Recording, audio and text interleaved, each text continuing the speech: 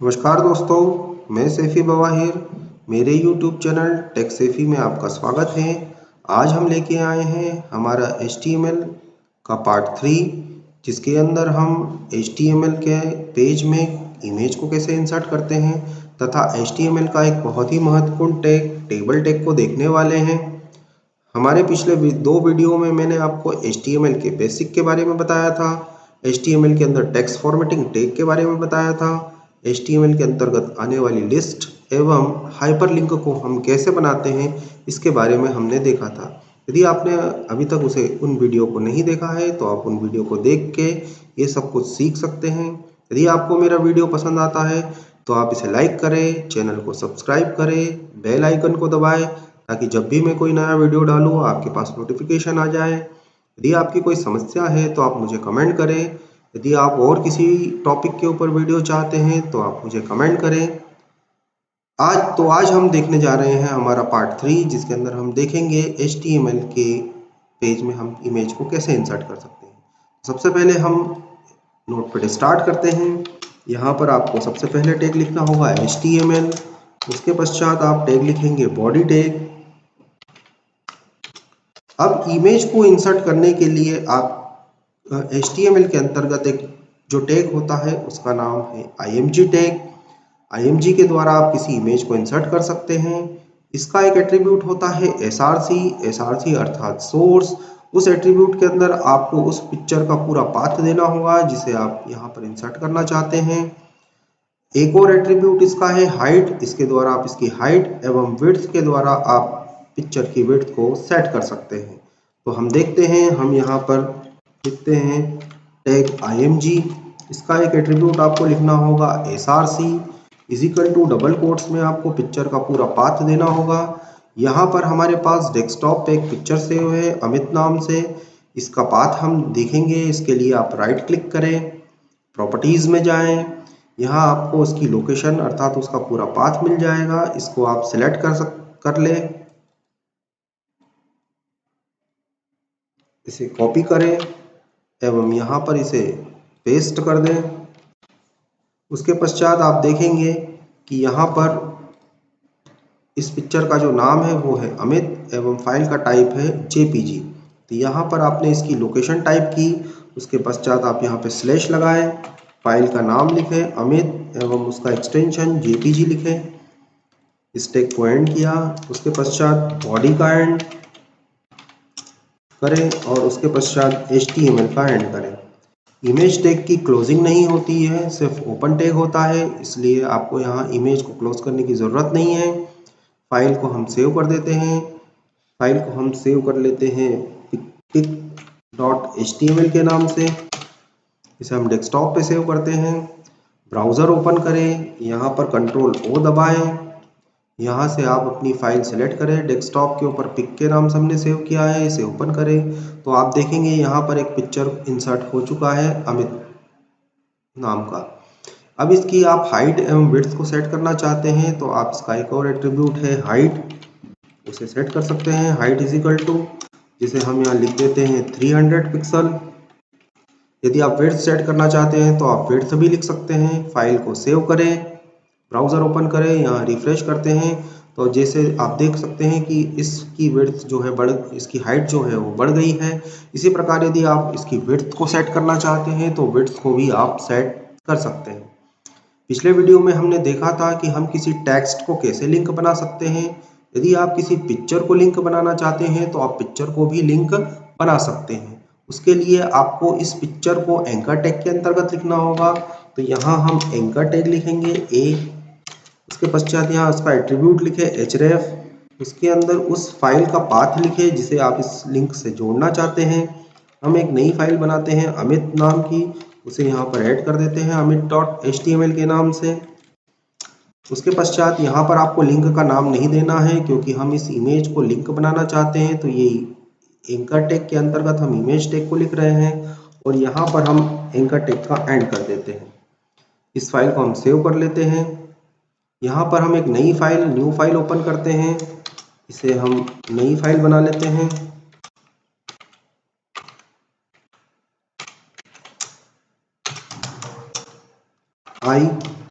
इसमें लिख देते हैं हम I am Amit.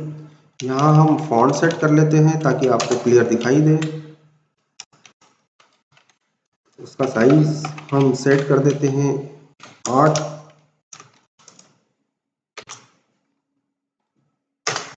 Body take का एंड करें और अंत में HTML का एंड करें। अब इस फाइल को आप अमित के नाम से सेव कर लीजिए, क्योंकि वहाँ पर हमने पाथ दिया था amit.html। amit.html के नाम से हम इसे सेव कर लेते हैं डेस्कटॉप पे। अब आप ब्राउज़र में जाएं, इसे रिफ्रेश करें। अब आप देखेंगे कि यह जो पिक्चर है वो एक लिंक बन चुकी है। जैसे ही आप इस लिंक पर क्लिक करेंगे तो यहाँ पर आपको वह पेज ओपन हो जाएगा, आई एम अमित। तो इस तरह से आप किसी टेक्स्ट को भी और किसी पिक्चर को भी लिंक बना सकते हैं। अब हम देखने जा रहे हैं हमारा जो महत्वपूर्ण टैग है वो है टेबल टैग। तो टेबल टैग जो है बहुत महत्वपूर्ण है, क्योंकि टेबल किसी भी कार्य को, किसी भी डाटा को व्यवस्थित रूप से रखने के लिए हम टेबल का प्रयोग करते हैं। टेबल के अंदर दो एंटिटी होती है, एक रो और कॉलम। टेबल जो है रो और कॉलम से मिलकर बनती है। रो एवं कॉलम के इंटरसेक्शन को हम सेल कहते हैं। तो इसी रूप में हम HTML में भी टेबल बनाएंगे। HTML में टेबल बनाने के लिए टेबल टैग होता है। टेबल टैग होता है, इसका एक एट्रीब्यूट होता है बॉर्डर, जिसके द्वारा आप टेबल की बॉर्डर को सेट कर सकते हैं। टेबल टैग के अंतर्गत एक और टैग होता है जिसका नाम होता है कैप्शन। कैप्शन के द्वारा आप उस टेबल का शीर्षक देना चाहे तो शीर्षक दे सकते हैं। टेबल के अंदर रो को इंसर्ट करने के लिए जो टैग होता है वो TR टैग होता है। रो के अलावा जो टेबल में कॉलम होते हैं उसके लिए दो टैग होते हैं, एक तो TH एवं एक TD। TH जो है वो कॉलम की हेडिंग को दर्शाएगा, अर्थात थोड़ा सा बोल्ड दर्शाएगा, और TD जो है वो कॉलम के डेटा को दर्शाता है। एक बात का ध्यान रखें कि HTML में जो टेबल का क्रिएशन होता है वह रो वाइज होता है, अर्थात जब भी आप कोई टेबल बनाएंगे उसमें पहली रो इंसर्ट करेंगे, फिर दूसरी, फिर तीसरी। इस प्रकार से आप HTML के अंदर टेबल को बना सकते हैं। HTML के टेबल के अंदर दो और एट्रीब्यूट होते हैं, रो स्पैन एवं कॉल स्पैन। रो स्पैन जो है दो या दो से अधिक रो को मर्ज करके एक रो बना देता है, एवं कॉल स्पैन जो है दो या दो से अधिक कॉलम को मर्ज करके एक कॉलम बनाता है। इसे हम कैसे यूज़ करेंगे ये हम देखते हैं। तो हम यहाँ पर एक टेबल बनाते हैं, एग्जाम्पल के द्वारा इसे समझते हैं। टेबल बनाने के लिए आप सबसे पहले टेबल टैग लिखें। उसके पश्चात यदि आपको उसका कैप्शन देना है तो यहाँ पर आप कैप्शन लिखें, अर्थात टेबल का शीर्षक। जैसे हम टेबल का शीर्षक लिख देते हैं स्टूडेंट, और कैप्शन का एंड करें। जैसा कि मैंने आपको बताया था कि टेबल बनाने के लिए आपको रो वाइज बनाना है, तो सबसे रो को बनाने के लिए आपको TR टैग लिखना होगा, अर्थात पहली रो स्टार्ट हो गई। अब इस रो में आपको कितने कॉलम चाहिए, और आप जानते हैं कि जब भी कोई हम टेबल बनाते हैं तो उसकी जो पहली रो होती है वो टेबल का शीर्षक होती है। तो यहाँ हम TH टैग यूज करेंगे। जिसे हम पहली हेडिंग बना देते हैं सीरियल नंबर। उसके पश्चात आपको यहाँ पर TH का एंड करना होगा। उसके पश्चात फिर TH का स्टार्ट करें दूसरी हेडिंग, जिसे हम बना देते हैं नेम, एवं तीसरी हेडिंग हम ले लेते हैं मोबाइल। TH टैग का एंड करें। इस तरह से एक रो जो है उसमें हमने 3 हेडिंग बना दी। यदि आपकी रो को अब यहीं पे आपको खत्म करना है तो यहाँ आप TR टैग का एंड करें, एवं अंत में आपको टेबल टैग का एंड करना होगा। तो इस प्रकार से एक टेबल बनेगी जिसके अंदर सिर्फ एक ही रो होगी तथा उसमें 3 कॉलम होंगे जो हेडिंग होंगे सीरियल नंबर, नेम एवं मोबाइल। इसे आप सेव करें, ब्राउज़र में जाएं, यहाँ रिफ्रेश करें। तो इस तरह से आप देख सकते हैं कि यहाँ पर एक टेबल बन चुकी है जिसका नाम है स्टूडेंट, जिसका शीर्षक है स्टूडेंट, एवं इसके अंदर 3 हेडिंग या 3 कॉलम आ चुके हैं, जिसका पहले कॉलम का नाम है सीरियल नंबर, नेम एवं मोबाइल। अब आप यहाँ पर देख रहे हैं कि यहाँ पर कोई भी बॉर्डर अभी नहीं आई है, टेबल के अंदर कोई बॉर्डर नहीं बनी है। तो यदि बाय डिफ़ॉल्ट टेबल की जो बॉर्डर होती है वो नहीं होती है सेट। अगर आपको बॉर्डर चाहिए तो यहाँ पर टेबल के साथ आपका एक एट्रीब्यूट होता है, उसका नाम है बॉर्डर। इसकी वैल्यू को आपको सेट करना होगा। हम इसकी वैल्यू सेट कर देते हैं 1 से। इसे आप सेव करें, ब्राउज़र में जाएं, इसे रिफ्रेश करें, तो आप देख सकते हैं कि यहाँ पर बॉर्डर बन चुकी है। अब यदि आपको इसमें और रो ऐड करनी है तो आप और रो भी ऐड कर सकते हैं। हम इसे कॉपी कर लेते हैं और इसे पेस्ट करते हैं। ये पहली रो, ये हमारी यहाँ से दूसरी रो स्टार्ट होगी। अब दूसरी रो में जो हमारी हेडिंग न होते हुए हमारे पास डाटा होगा, तो हम यहाँ लिखते हैं TH की जगह TD लिखते हैं। TD का एंड करें। इसी प्रकार यहाँ पर भी TD का एंड करें, TD का एंड करें। अब यहाँ आप वैल्यू लिखें, जैसे हम यहाँ सीरियल नंबर में लिख देते हैं 1, नेम के अंदर लिख देते हैं अजय, एवं मोबाइल में उसका मोबाइल नंबर लिख देते हैं। इस फाइल को आप सेव करें, ब्राउज़र में जाएं या रिफ्रेश करें तो आप देख सकते हैं कि अब इसमें एक और रो ऐड हो चुकी है। पहली जो डेटा हमने TH में लिखा था वो थोड़ा बोल्ड दिखाई दे रहा है, और टेबल डाटा जो है वो थोड़ा सा बोल्ड नहीं दिखाई दे रहा है। तो इस तरह से आप रो बना सकते हैं।